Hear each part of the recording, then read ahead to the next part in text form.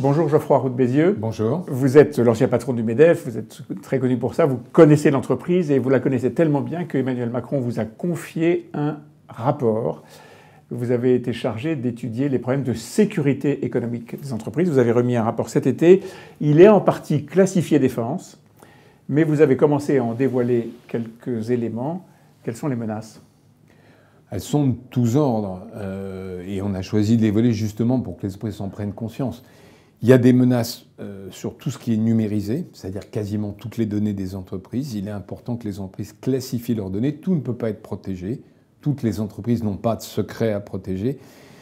Mais évidemment, tout ce qui est numérique. Il y a des menaces sur les ressources humaines, à la fois sur les salariés, sur les recrutements, quelquefois sur les retraités, les gens qui quittent l'entreprise. Il y a des menaces sur le capital, plutôt pour les petites entreprises de tech.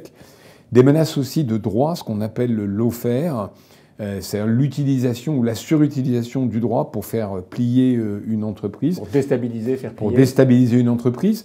Des menaces aussi d'une autre nature sur les approvisionnements. Alors c'est des menaces potentielles, mais on a bien vu pendant le Covid que les chaînes de valeur sont très très fragmentées. Il ne faut pas tomber dans la paranoïa, mais il ne faut pas être naïf non plus. Ce qui est frappant dans votre rapport, c'est que là où la concurrence était souvent la source de tentatives d'espionnage, un concurrent sur l'autre, des entreprises entre elles, on voit les États intervenir aujourd'hui. Et le sujet géopolitique, la menace de tel ou tel pays adversaire de la France, voire ennemi de la France, est entré dans la compétition entre entreprises. C'est très clair. Il y a un des dirigeants du CAC 40 que j'ai interviewé qui m'a dit la géopolitique a fait un retour en force dans le conseil d'administration. On assiste à un retour de la nationalité des entreprises. Même une entreprise qui fait 5% de son chiffre d'affaires en France, qui a des filiales partout dans le monde, a une nationalité. Elle l'a, en tout cas, dans le regard des autres pays qui la voient comme une entreprise française. Et donc elle peut être, à ce titre, sujette à des pressions, déstabilisations. Elle est, à ce titre, associée à la politique française, en bien ou en mal. Et donc, du coup, elle peut être effectivement menacée pour cette raison. Le nombre des plaintes qui sont adressées au ministère, à une direction du ministère de l'économie et des finances, la CIC, le nombre des plaintes a triplé en 3 ans, révélez-vous. 1 millier de plaintes par an.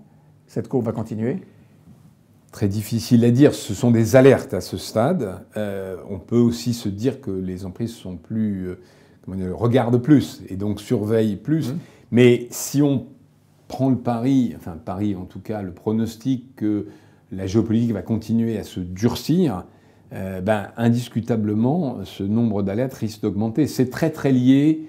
Cette concurrence à l'état du monde. À l'état du monde. Et l'état du monde n'a pas l'air d'aller beaucoup mieux. Pas vraiment. Un conseil, un seul au chef d'entreprise. Qu'est-ce qu'il faut faire en priorité ? Absolument. En priorité, c'est la classification des données. Je l'ai dit au début, tout n'est pas à protéger et tout ne peut pas être protégé. Par contre, dans une entreprise, il y a des données, du savoir-faire, des éléments de brevets technologiques qu'il faut protéger. On connaît l'affaire du cloud souverain, la menace qu'il y a à ne pas avoir de cloud. Il faut protéger ces données en les gardant chez soi, par exemple ? Le mieux, c'est de les garder chez soi, sur des serveurs, ou en tout cas dans des clouds souverains ou sécurisés, même si c'est très compliqué. À la fin des fins, un patron du CAC 40 qui m'a dit « mais de temps en temps, moi je prends papier et crayon, parce que c'est la seule chose qu'on ne peut pas percer à jour ».